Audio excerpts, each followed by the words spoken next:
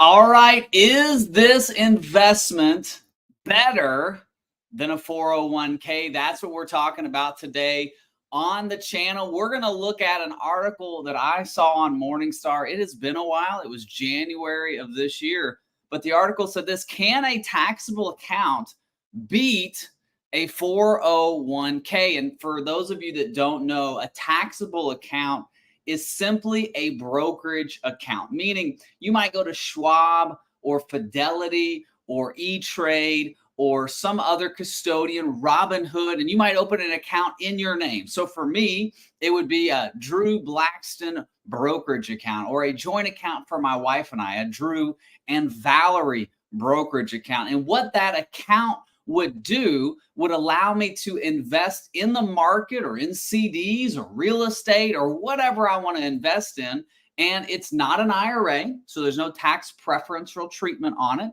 It's not a Roth IRA, so it's not tax-free growth and tax-free coming out. There's no kind of limitations on how much money can come in and how much money can go out, but that is a taxable account. And so what the article is saying is, can a taxable brokerage account beat a 401k? And the reason we're talking about this is because many of you have 401ks at work. But if you look at data, recently Principal released a new study that said many individuals are not contributing to their 401ks, or they're not contributing enough for retirement.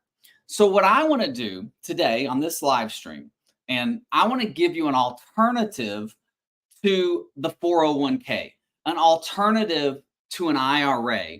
And I want to show you a way to invest for retirement, whether you're in your 20s, 30s, 40s, 50s, that's going to give you a little bit more balance in your portfolio. And it's going to help you with the freedom to retire whenever you want. Now, this article goes into great detail explaining, why financial advisors might say, hey, max out your 401k. And we say that a lot on this channel. Max out your 401k, put money into your 401k, get the contribution. But the question becomes is that universally solid guidance? And I love that the author said that universally solid, because if you look at financial advice today, most people try to take it as like scripture, as gospel. They say, well, you've got to max out your 401k. You've got to have a Roth IRA. You've got to do this, that, and the other. And they say, hey, this is universally solid guidance. But on this channel, what we do a little differently is we say not necessarily what's universally solid guidance, but what guidance is good for you individually.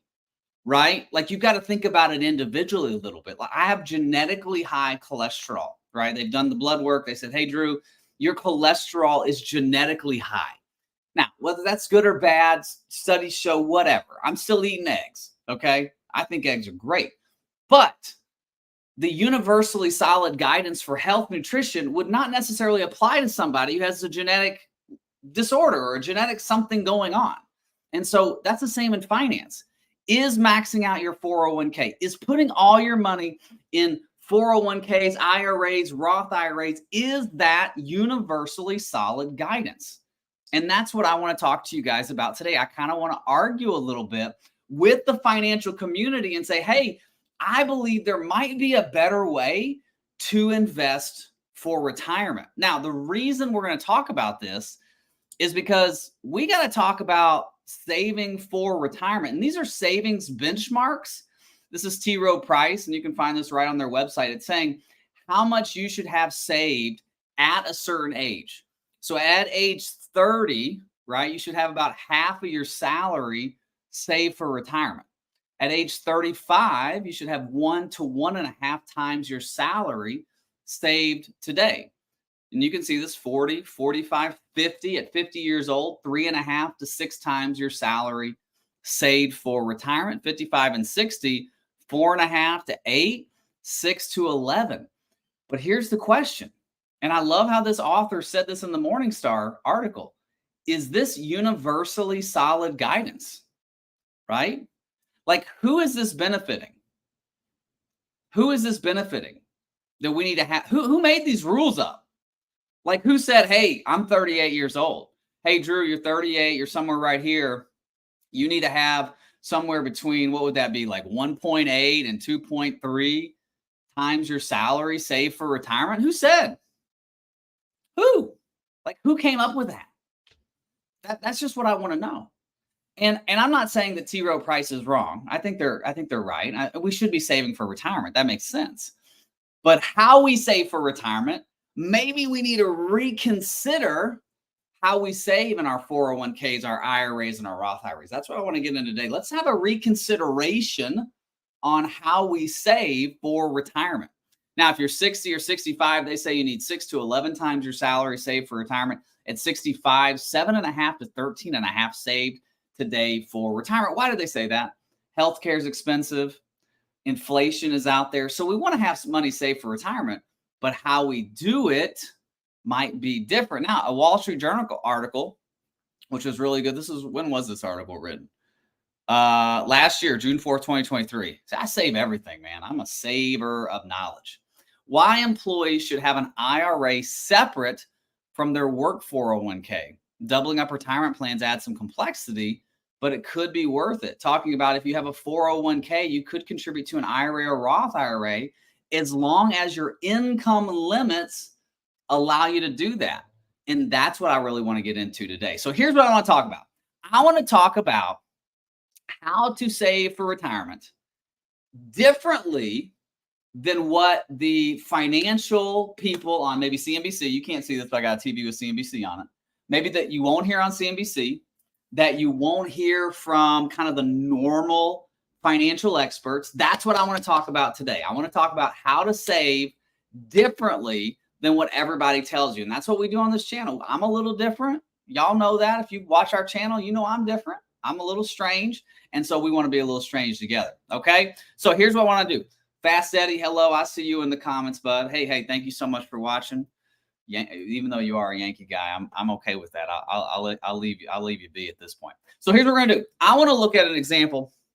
Let me grab my board here real quick. Here's what I want to do. I want to do kind of an assumption, and let me say this before I put this up here. I'm going to do an extreme assumption here. Okay, I want to look at an extreme using a 401k and using a taxable brokerage account, just a regular brokerage account to save for retirement. And I want to do some things that are probably not going to be in line. Like everything's not going to be perfect. I know some of y'all are going to comment like, Drew, you don't know about the taxes and you're not talking about this and you're not talking about this. Listen, leave your comments. I love reading them. I love responding to y'all, especially people when y'all hate on me. I love responding to haters because y'all make the algorithm do great. So keep commenting. But what I want to look at is kind of an extreme example, but I want you to be able to take that example and put it into your own life today. Okay, so here's what we're going to do. We're going to look at two different scenarios. We've got scenario number one, which is a mix of a taxable brokerage account and a 401k. I got to do this like Vanna White. I got to figure out which way to go. Or like a weatherman, you know, like how they do that, especially when you're doing like down here in Florida with hurricanes. So we got a taxable brokerage account and a 401k on one side. And then we have only a 401k on the other side. So this is an extreme example. So person number one or two, whatever you want to say, is only going to contribute in a 401k, which we know they probably aren't going to do, but we're going to look at this for an example. And number two, we're going to do a taxable brokerage account and a 401k. All right. I ran out of room for the K right there. Okay. All right. So here's what we got. Here's the rules we're going to follow.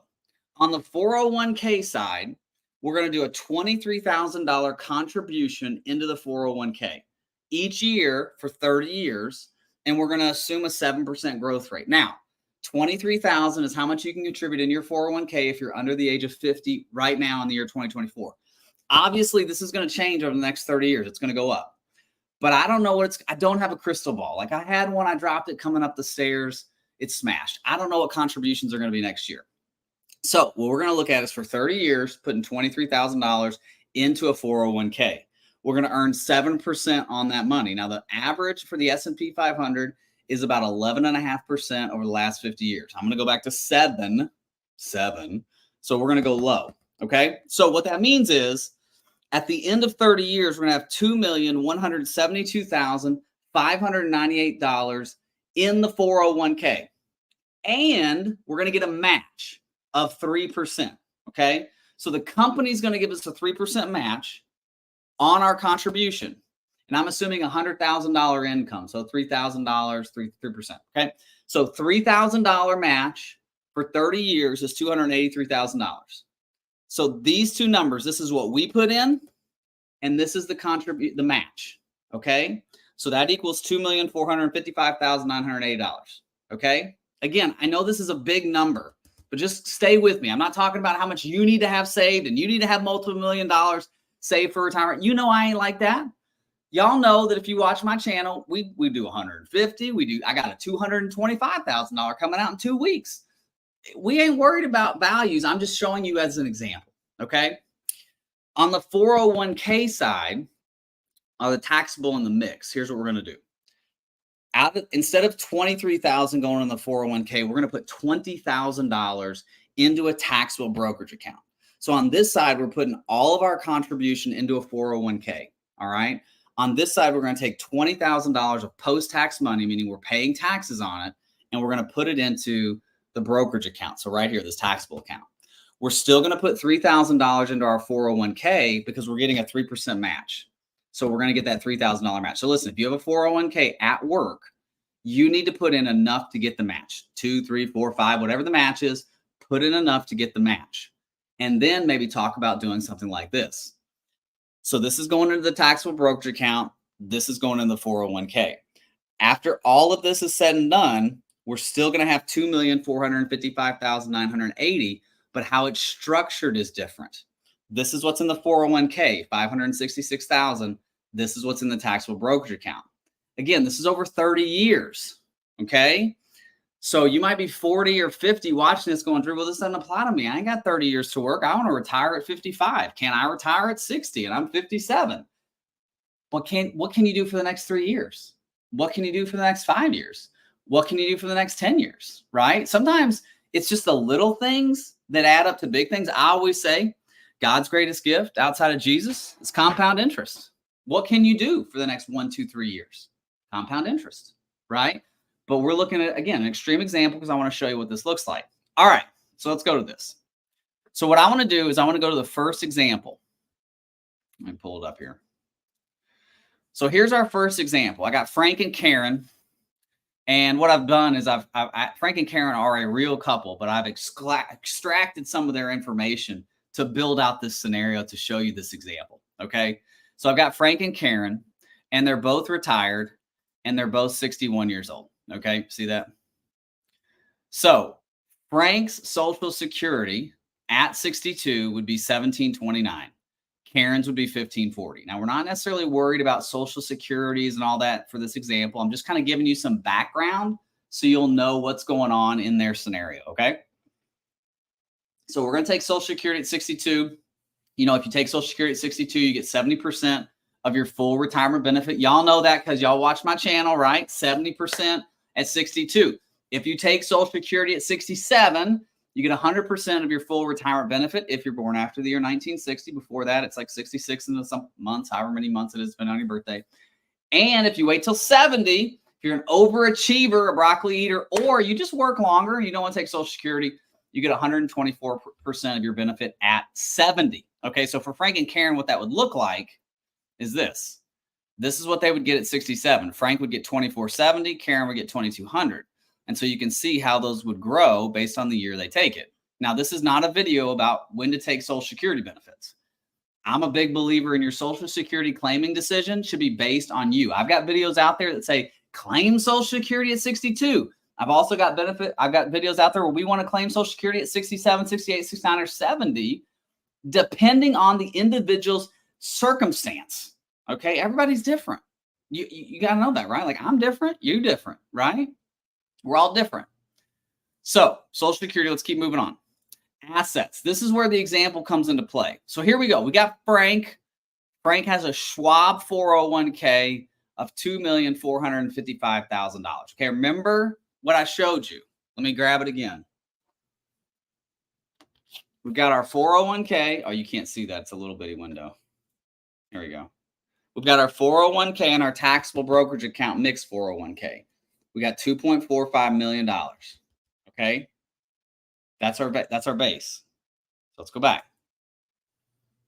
All right. So we've got $2,455,980 in the 401k. They've got a joint account of $25,000 at the bank. Okay. At the credit union, the UK Federal Credit Union. That's not the bank. That's not the United Kingdom. That's the University of Kentucky for y'all. SEC, College World Series bound. First time. Our basketball team got out in the first round, but our baseball team's going to the World Series. That's pretty awesome, right? All right, protected assets. They've got a home of $350,000. Maybe if you're a college baseball fan, put it in the comment section if you're going to watch the World Series. Or if you don't care, you can put like, I don't care, Drew. I was at the Rays game last night. That was a lot of fun. We won on a walk-off against the Cubbies. I grew up a Chicago Cubs fan, so it's a little painful to watch the Cubs and the Rays. I'm a Rays guy. Grew up a Cubs fan. You can see I got Ryan Sandberg back there. But, man, that was a good game. It was like 2-1 going to the ninth. We tie up in the ninth. Brandon Lau hits a walk-off. Good times. All right. So we got $2.4 million. We're looking at a rate of return on this portfolio of 5%. So what we're going to say is at retirement, we're going to do a 5% rate of return, which means that the money is going to earn 5% in the market over time. Now, what that looks like is it's a geometric return. So you get 5% year one, 5% year two, you're averaging 5% for those years.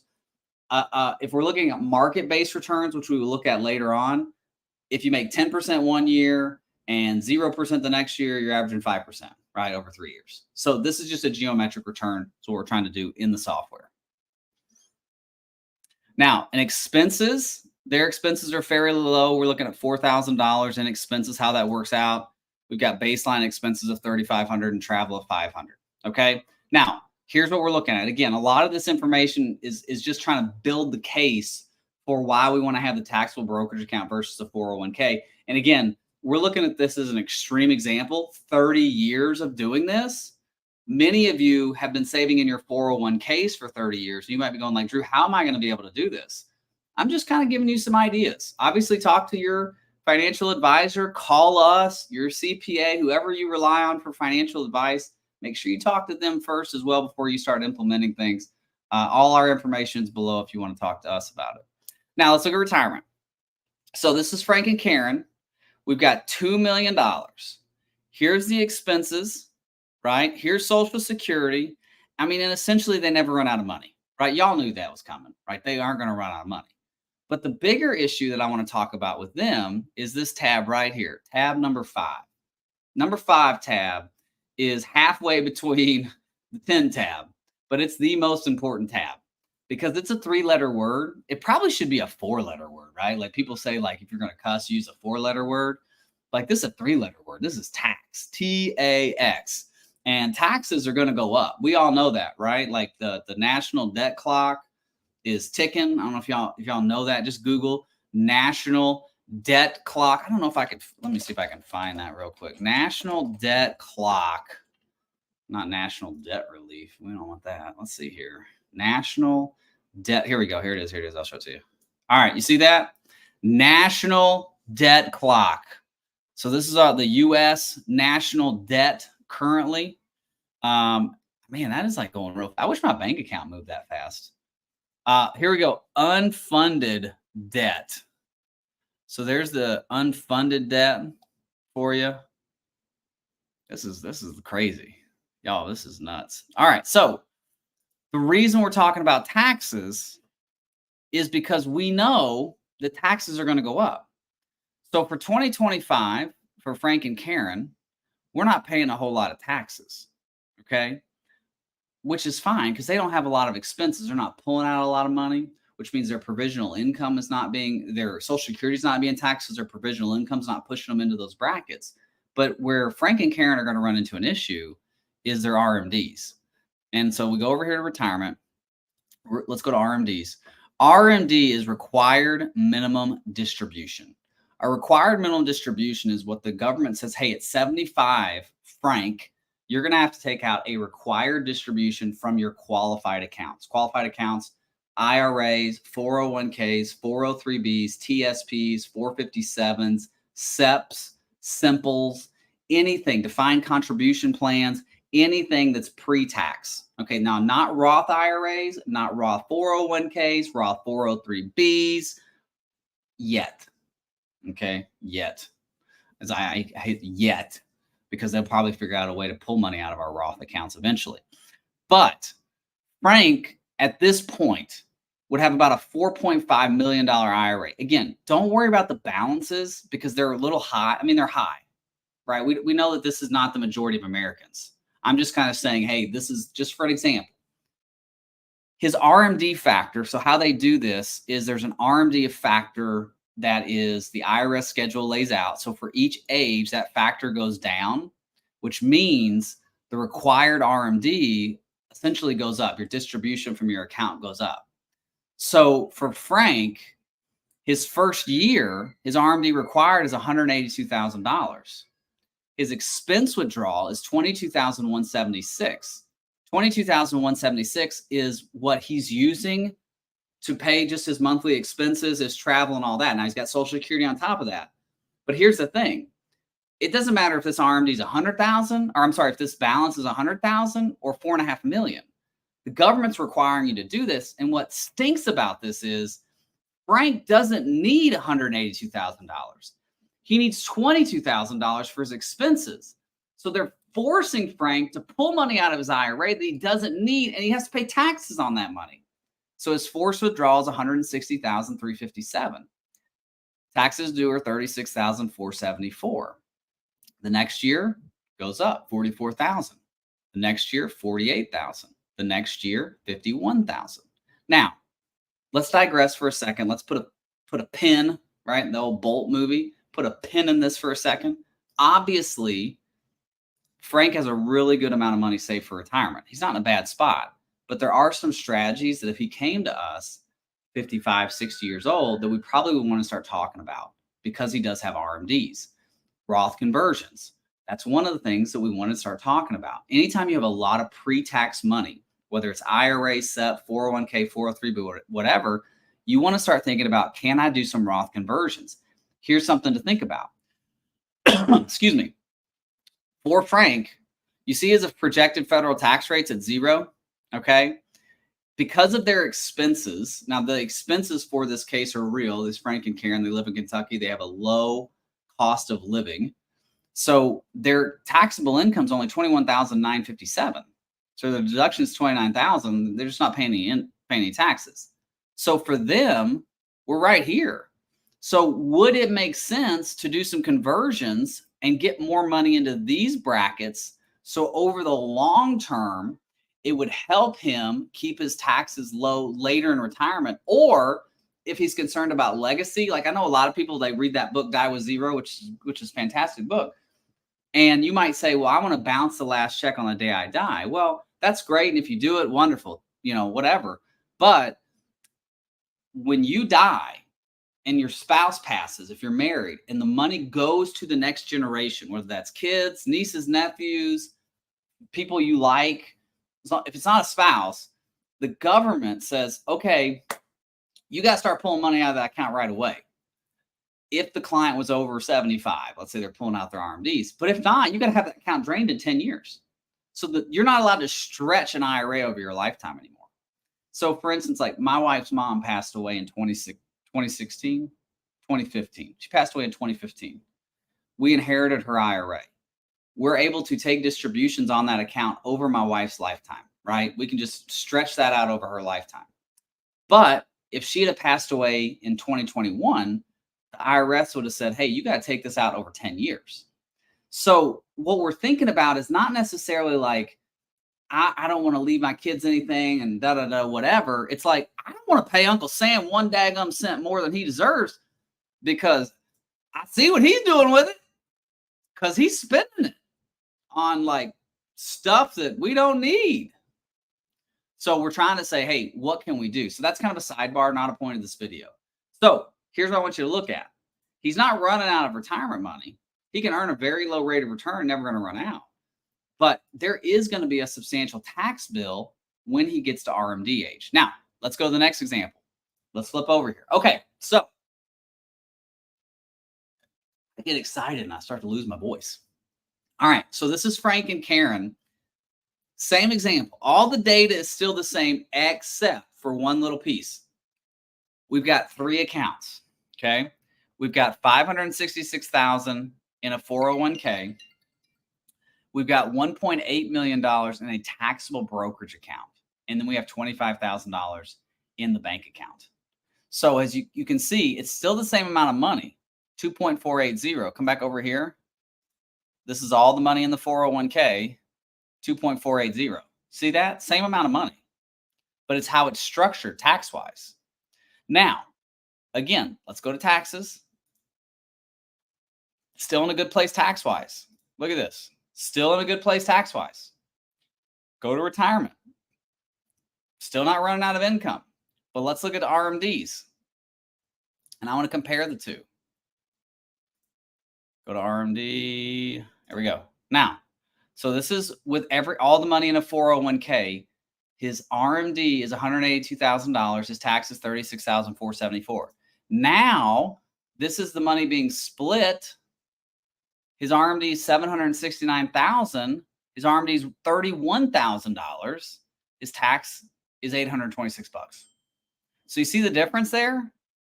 Just by the way he structured his investments. Now, I get it. If you're putting money into a 401k, you get to have basically a tax write-off every year. Like that income's not recognized on your tax return, so you have more income. Again, this is an extreme example, but I want you to see the benefit of investing in a taxable brokerage account, not a Roth IRA, not an IRA, not a 401k, a taxable brokerage account to give you the freedom. We call it a freedom fund around here. Give you the freedom to grow your money and to use that for income whenever you want. Here's the thing, guys. Think about it this way. A lot of y'all call me and you're like, hey, I want to retire. I'm 53 years old. I want to retire at 54, 55. That's great. And if you have a 401k, you can use the rule of 55. But what if the majority of your assets is not in your current 401k and you want to retire earlier than 59 and a half? You got to have a bucket of money to pull from. And when I say things like, well, would you want to work part-time? When you're like, no, I don't want to work part-time. I want to retire. I say, okay. So in this case, we've got a mix of assets. This bucket of money right here, this non-qualified brokerage account, the IRS doesn't care when you take money out of it. They don't care. You can put money in, take money out. You will pay taxes on interest and dividends, capital gains. You get to write off capital losses. But if you want to retire at 52, 57, you need to replace a roof, buy a car, need a retirement income to bridge to 59 and a half. That's what this freedom fund does. And it doesn't take a lot. You know, I've got clients who are in their 40s who call me. We start working together and we build this bridge because we know where we're going to retire to. And what we're trying to do is get a bucket of money that will bridge us to 59 and a half so that we don't have to use the rule of 55 or a 72T. We can use this bucket of money. That's the freedom fund. And so that's the benefit of having this taxable brokerage account. Again, I go back to this article. Can a taxable account beat a 401k? And it's not about what's better, right? That's kind of the headline of this video. Is this better? If you have a 401k at work, put your money in, get the match. That's free money. It makes sense. But like, is all guidance, like max out your 401k, like this advice is personal finance 101, right? Right out there, get a budget and have an emergency fund. But is this universally solid? I love how this author of this article says this. What's her name? Christine Benz. I think this article is great because you have to look at yourself and say, what's right for me? Or what's right for Stephen? Stephen, thanks for watching. He said, hey, Drew. Stephen, what's right for Stephen? And so in this case, we've got a large RMD because all our money's in a 401k. Over here, we're like, hey, maybe we can build a bridge. We can get some money into an account that's going to grow and then we can use for freedom and we don't have to pay as many taxes. Because there's not a silver bullet when it comes to taxes. You know, people will call me. I had a call with a gentleman yesterday, super nice guy. And the whole time we're talking about taxes and Roth conversions and can I do that? And I said, whoa. I said, the main purpose we got to figure out first is like, how much income do you need? And where's that income going to come from? And how long is that income going to last in retirement? And then we can start working on Roth conversions and taxes and all that stuff, because there's some cases where we can't do anything. And I know that's terrible. And people are going to comment, you're a crappy financial advisor because you can't get people tax-free income forever. It doesn't work for everybody. I mean, you see those videos out there that say, here's, you can get $100,000 in tax-free income or whatever. And I'm like, it just doesn't work for everybody. You got to pay the piper on the front or the back end. In this case, there are benefits to having all of your money in a 401k. There are benefits to having money in a 401k. If you have a high income and you want to lower that income, right? Like if you're paying taxes right now, and let's say your income is somewhere between here, 94,000 and 383, and you're in that 22 to 24% bracket. If you're putting money in your 401k, you might be able to lower your brackets, pay less taxes while you're working. Then when you retire, you're able to pull that money out at a lower rate. But the con to that is when you get to retirement, you've grown this great big bucket of money, which is awesome. But then the government's going to say, hey, like when you're 75, we want a big chunk of it. And we want you to do that every year until you die. And then we're going to make your wife or husband do that until they die. And then you know what? If you don't leave it to a charity, whoever you leave it to, we're going to take it from them too. And we're going to take it from them at their tax bracket. Think about it. Let's say Frank and Karen both pass away, 78, 79 years old, somewhere around there. And let's say their kids are in their 40s, right? My dad's 72, I'm 38. So let's say they pass away and the kids are in their 40s. And the kids inherit a $4.6 million IRA. And let's say there's two kids. So now what's that, $2.3 million each? And the IRS says, hey, you kids making your peak income in your 40s, you making $150,000, you got to start taking an RMD off this money, and you got to have it drained in 10 years. And now we're going to add this to your tax bracket where you're at right now. I mean, doesn't that just sound fair? That just sounds, I mean, I love it when politicians say, we got to be fair. We got to be fair. I'm like, you don't know fair. Life ain't fair. Do you guys see that? Am I preaching just to the choir right now? Y'all quiet in the comment section. Let's see what Fast Eddie says. They're probably giving away those Rays tickets today. I mean, not quite, man. Not quite. We still got a pretty good team. The Nationals were 500 at the All-Star break when they won the World Series. Just wait. The Yankees will figure out a way to lose it. Y'all can win all the games all year, and we'll see what happens at the end. I'm just kidding with you, Fast Eddie. I love you. Don't come after me. The Yankees are all right. I got a Mickey Mantle ball back here. Trust me, I like the Yankees. They're all right.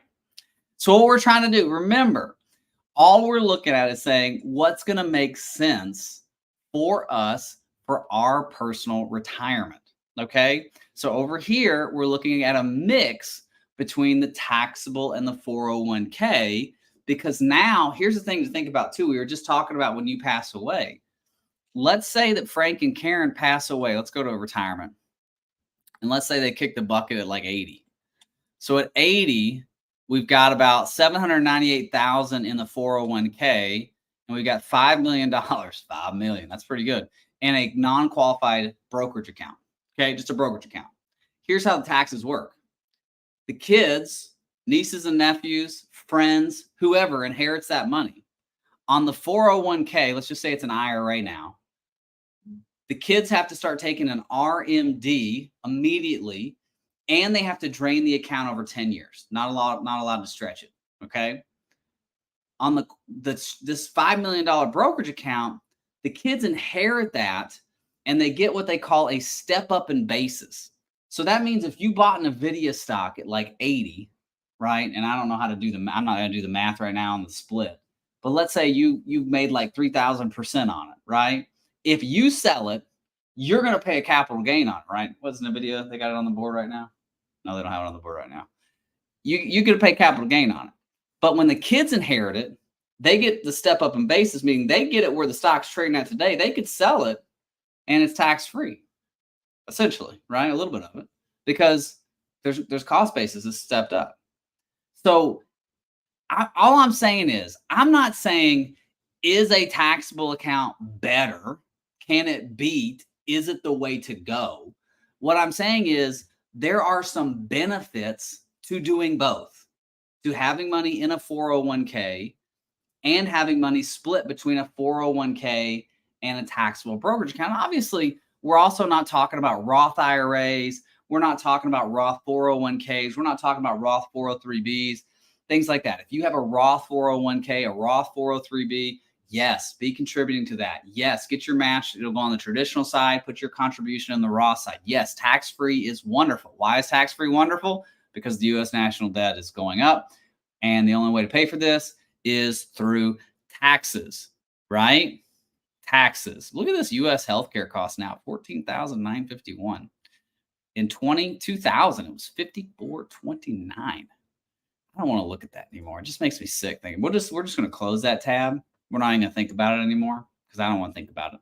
So, any questions on this? Leave them in the comment section. I'm gonna let you guys go here in a little bit. It's a little bit of a shorter live stream today because I got some visits coming up. Fast Eddie said, should everyone have many different buckets for retirement? Great question. So here's what I would say.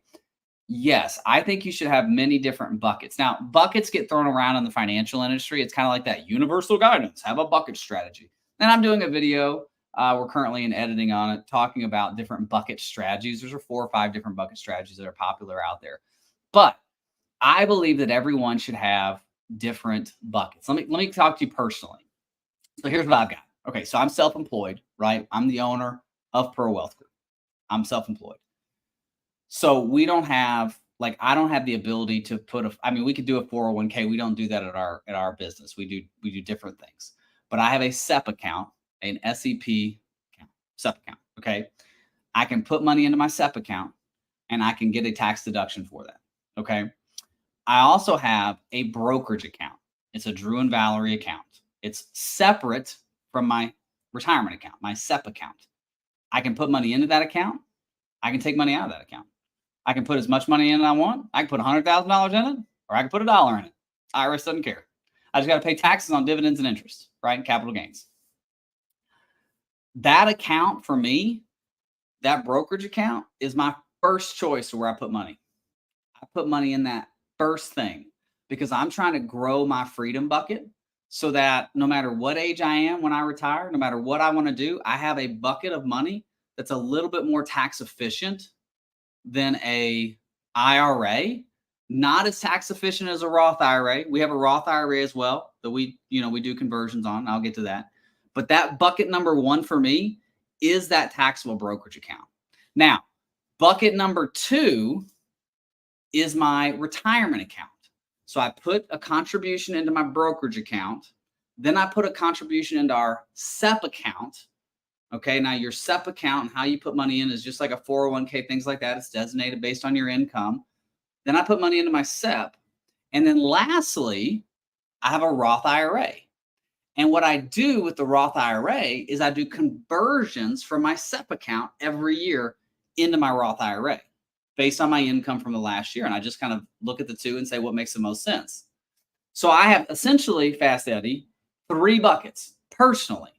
A brokerage account, which for me is bucket number 1, the SEP account, which helps me on my taxes, and then my Roth IRA, which I'm looking long-term, helping me on my taxes in the future, right? So I have those 3 different buckets of money. Now, you might also have, I've got clients that have old whole life policies, right? They're getting a 3-4% dividend yield. That could be a bucket of money. I've got clients that have real estate, right? They own rental properties, 3, 4, 5. I had a guy that owned 12 different rental properties we did a plan for recently. That is a bucket of money. I've got clients that own Bitcoin or precious metals. That is a bucket of money. So yes, I do believe in the various buckets of money. Think about it though, also not so much as you might have an IRA and you might have multiple different sectors of money in that IRA, meaning like you might own, for instance, S&P 500, Bitcoin, and a real estate investment trust, but it's all inside your IRA, essentially the same bucket, right? Think about it in the sense of tax qualification. How is this money taxed? When can I take it out? How long, like what are the restrictions or the rules on that? And that is the kind of buckets that I would set up. I hope that helps, Fast Eddie, in your question, should everyone have many different buckets? And again, you can open a brokerage account today with like $1. like Robinhood and some of these firms, they let you buy fractional shares. And so you don't have to have a ton of money to invest, right? I always tell people, you got $20 extra at the end of the month, put that into your brokerage account. Obviously, build up your emergency fund, build up your bank account, like Dave Ramsey says, right? Baby steps. Got to have that baby step 1 and 2 done first. But then make sure, if you got an extra 20, 30, 50, $100, put that into your brokerage because that adds up over time. And again, it's not about killing it. A lot of people say, like, I think it's fun. Again, I use a workout example. So I have a weight room, not anything fancy, but during COVID, everything got shut down. So we bought some weights at yard sales and garage sales and stuff. So I have a mix of all these different weights, and they all smell different because they're from different people's houses.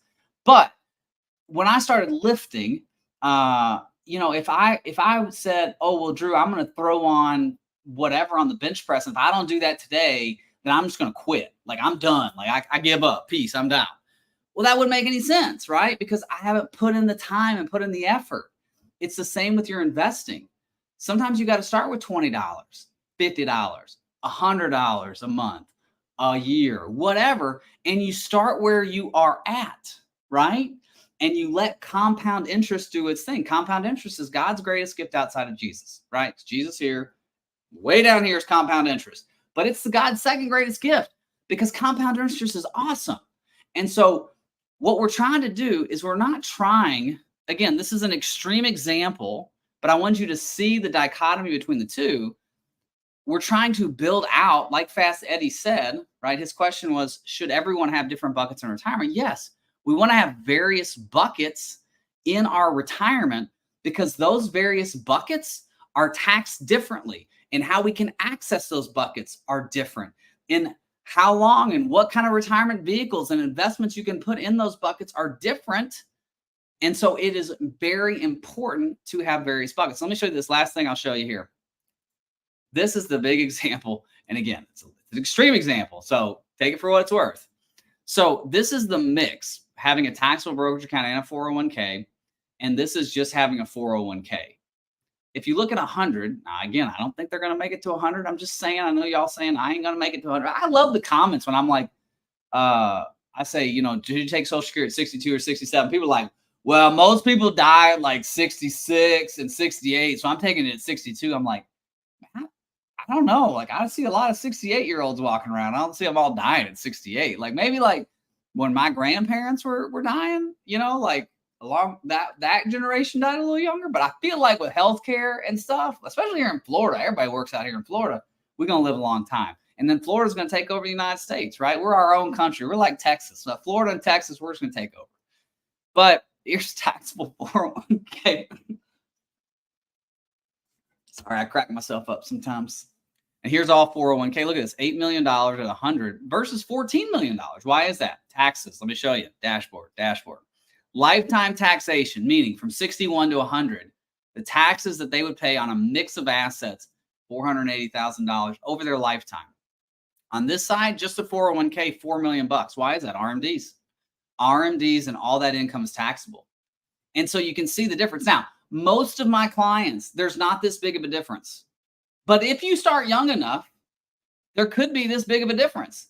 And maybe what you can say is, I'm 50, Drew, and I don't have the ability to do a mix of buckets at 50 that I could have at 30, or the availability. Keep in mind, guys, like the availability for brokerage accounts 30 years ago, like to do that, it's not as easy as it is today, right? Like you couldn't just go on the internet, boop, boop, boop, boop, boop. Oh, my account's open with Fidelity. Boop, boop, boop, boop, boop. I'm putting money in.